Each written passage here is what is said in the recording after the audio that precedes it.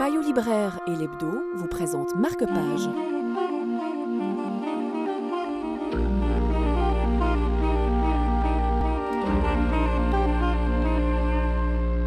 L'Américain Harlan Coben est depuis, ne le dit à personne, une valeur sûre du thriller contemporain.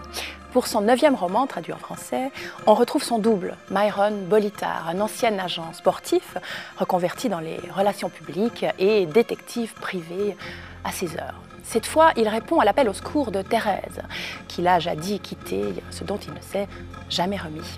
Et c'est parti pour de nouvelles aventures entre Paris et Londres, le Mossad et la CIA, entre enleveurs d'enfants et terroristes islamistes. Thérèse Collins m'avait téléphoné à 5 h du matin, me propulsant d'un rêve quasi érotique dans un autre, pour me déclarer de but en blanc « Viens à Paris ». Ça faisait 7 ans que je n'avais pas entendu le son de sa voix.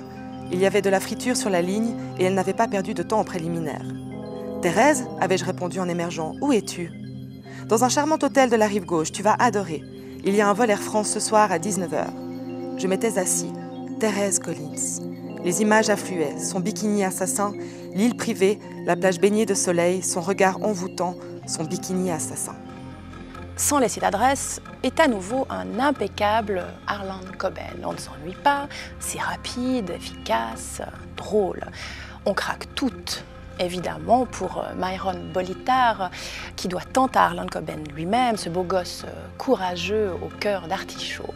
Et de plus, en envoyant Myron Bolitar dans les pattes de terroristes islamistes, eux-mêmes pris dans un réseau de manipulateurs génétiques, l'auteur donne à son roman une touche d'urgence contemporaine tout à fait convaincante.